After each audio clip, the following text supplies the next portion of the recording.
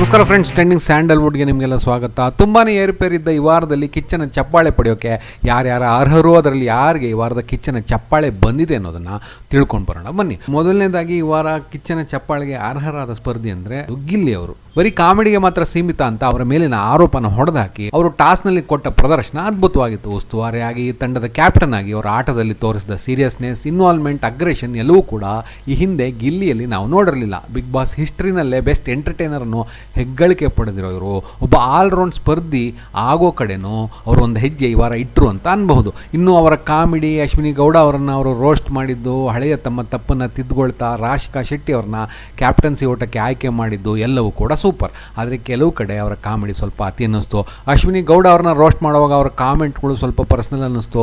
ಜಾನ್ವಿ ಮತ್ತು ಅಶ್ವಿನಿ ಗೌಡ ಅವರನ್ನ ಅವರು ಟಾಸ್ ಮಧ್ಯೆ ಅತಿಯಾಗಿ ಟಾಂಟ್ ಮಾಡಿದ್ದು, ಎರಡನೇ ಟಾಸ್ ಮುಗಿದ ಮೇಲೆ ಅವರು ಸ್ವಲ್ಪ ವಿಚಾರಗಳನ್ನ ಪರ್ಸನಲ್ ಆಗಿ ತಗೊಂಡು ವಿನ್ನರ್ ಘೋಷಣೆ ವಿಳಂಬ ಮಾಡಿದ್ದು, ಇವೆಲ್ಲ ಅವರಿಗೆ ಈ ಚಪ್ಪಾಳೆ ಸಿಗೋಕೆ ಅಡ್ಡಿ ಮಾಡಬಹುದು. ಇನ್ನು ಚಪ್ಪಾಳೆಗೆ ಅರ್ಹರಾಗಿರೋ ಎರಡನೇ ಸ್ಪರ್ಧಿ ಅಂದರೆ ಅದು ರಕ್ಷಿತಾ ಶೆಟ್ಟಿ ಅವರು. ಸಿಕ್ಕ ಎರಡು ಟಾಸ್ನಲ್ಲಿ ಅದ್ಭುತ ಪ್ರದರ್ಶನ ಕೊಟ್ಟಿದ್ರು. ಒಂದು ಟಾಸ್ನಲ್ಲಿ ಅಶ್ವಿನಿ ಅವರ ತಂಡದಲ್ಲಿ ಆಡಿದ್ರು, ಮತ್ತೊಂದು ಟಾಸ್ನಲ್ಲಿ ಗಿಲ್ಲಿ ಅವರ ಟೀಮ್ನಲ್ಲಿ ಆಡಿ ಎರಡೂ ಕಡೆನೂ ಸೈ ಅನಿಸ್ಕೊಂಡ್ರು. ಕ್ಯಾಪ್ಟನ್ಸಿ ಟಾಸ್ನಲ್ಲಿ ಗಿಲ್ಲಿ ಅವರು ಅಶ್ವಿನಿ ಅವ್ರನ್ನ ಟ್ರಿಗರ್ ಮಾಡೋಕೆ ಕೆಲವು ಪರ್ಸನಲ್ ಅನ್ಸೋ ಕಾಮೆಂಟ್ಗಳನ್ನ ಮಾಡಿದ್ರು. ಅದಕ್ಕೆ ಹೋಗಿ ಒಂದ್ಸತಿ ಸಾರಿ ಕೇಳ್ಬಿಡಿ ಅಂತ ತಾವು ತುಂಬಾನೇ ಕ್ಲೋಸ್ ಇರೋ ಗಿಲ್ಲಿ ಅವ್ರಿಗೆ ಹೇಳಿದ್ರು. ಇನ್ನು ಅದೇ ವಿಚಾರಕ್ಕೆ ದಿಟ್ಟವಾಗಿ ಗಿಲ್ಲಿ ಅವರಿಗೆ ಕಳಪೆ ಕೂಡ ಕೊಟ್ಟರು.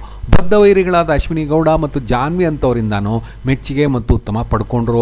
ಹಾಗಾಗಿ ಚಪ್ಪಾಳೆಗೆ ಈ ವಾರನೂ ಕೂಡ ಅವರು ಅರ್ಹತೆ ಗಳಿಸಿದ್ರು. ಇನ್ನು ಚಪ್ಪಾಳೆಗೆ ಅರ್ಹತೆ ಪಡೆದ ಮೂರನೇ ಸ್ಪರ್ಧಿ ಅಂದ್ರೆ ಅದು ಧ್ರುವಂತವರು. ರಕ್ಷಿತಾ ಶೆಟ್ಟಿ ಅವರ ಬಗೆಗಿನ ಇವರ ನಡವಳಿಕೆ, ರಾಜಮಾತೆಯ ಬಲಗೈ ಬಂಟನಾಗಿ ಯಾವ ಟಾಸ್ನಲ್ಲೂ ಅಷ್ಟಾಗಿ ಭಾಗವಹಿಸುವಿಕೆ ಇಲ್ಲದ ಕಾರಣ ಇವರ ಆಟ ವೀಕ್ಷಕರಿಗೆ ಎಲ್ಲೂ ಇಷ್ಟ ಆಗ್ತಿರ್ಲಿಲ್ಲ. ಆದರೆ ಈ ವಾರ ಎರಡನೇ ಟಾಸ್ನಲ್ಲಿ ಅವ್ರು ಯಾವಾಗ ಅವರ ತಂಡದ ಕ್ಯಾಪ್ಟನ್ ಅಶ್ವಿನಿ ಗೌಡ ಅವರು ಧನುಷ್ ಹೆಸರು ತಗೊಂಡು ಇವ್ರನ್ನ ಪಕ್ಕಕ್ಕೆ ತಳ್ಳೋಕೆ ಹೋದ್ರು, ಅಲ್ಲಿಂದ ಇವರು ಸಿಡಿದೆದ್ದು ಟಾಸ್ನಲ್ಲಿ ಭಾಗವಹಿಸಿ ತಮ್ಮ ತಂಡ ಆ ಟಾಸ್ನಲ್ಲಿ ಹಿಂದೆ ಇದ್ರು ಕೂಡ ಎದೆಗುಂದಿದೆ ಆ ಟಾಸ್ನ ಗೆಲ್ಸಿದ್ ಮಾತ್ರ ಒಂದು ಸಿನಿಮಾದಲ್ಲಿ ಹೀರೋ ಕಮ್ ಬ್ಯಾಕ್ ಮಾಡೋ ಎಲಿವೇಶನ್ ಸೀನ್ಸ್ಗಿಂತಾನು ಏನು ಕಮ್ಮಿ ಇರಲಿಲ್ಲ. ನಂತರ ಅವರು ಅಶ್ವಿನಿ ಅವರಿಂದ ಅಂತರ ಕಾಯ್ದುಕೊಂಡಿದ್ದು, ಗಿಲ್ಲಿಯ ಟೀಮ್ನಲ್ಲಿ ಆಡಿದ್ದು ಕೂಡ ವೀಕ್ಷಕರಲ್ಲಿ ಅವರ ಬಗ್ಗೆ ಇದ್ದ ಅಭಿಪ್ರಾಯ ಬದಲಾಗೋ ಹಾಗೆ ಮಾಡ್ತು. ಜೈ ಮಹಾಕಾಲ್. ಇನ್ನು ಚಪ್ಪಾಳೆಗೆ ಅರ್ಹರಾದ ನಾಲ್ಕನೇ ಸ್ಪರ್ಧಿ ಅಂದ್ರೆ ಅದು ರಾಶಿಕಾ ಶೆಟ್ಟಿ ಅವರು. ಇವರು ಮೊದಲಿಂದಾನು ಈ ಸೀಸನ್ ನ ಟಾಸ್ ಮಾಸ್ಟರ್. ಈ ವಾರ ಕೂಡ ಟಾಸ್ ನಲ್ಲಿ ಅವರ ಪ್ರದರ್ಶನ ಅದ್ಭುತ. ತಮಗೆ ಈ ಮುಂಚೆ ಮನಸ್ತಾಪ ಇದ್ದ ಗಿಲ್ಲಿಯ ಟೀಮ್ ನಲ್ಲೇ ಎಲ್ಲಾ ಟಾಸ್ಕ್ ಆಡಿದ್ರು. ತಮ್ಮ ಕಂಫರ್ಟ್ ಝೋನ್ ಆದ ಅಶ್ವಿನಿ ಮತ್ತು ಜಾನ್ವಿಯಿಂದಾನು ದೂರ ಇದ್ರು. ಎಲ್ಲರ ಜೊತೆ ಸ್ವೀಟ್ ಆಗಿ ಕೂಡ ಇದ್ರು. ಜೊತೆಗೆ ಮೊದಲ ಡ್ರಮ್ ಟಾಸ್ ನಲ್ಲಿ ಜಾನ್ವಿ ಅವರನ್ನ ಪರ್ಸನಲ್ ಟಾರ್ಗೆಟ್ ಮಾಡಿ ಮಾತಾಡಿದ್ರು.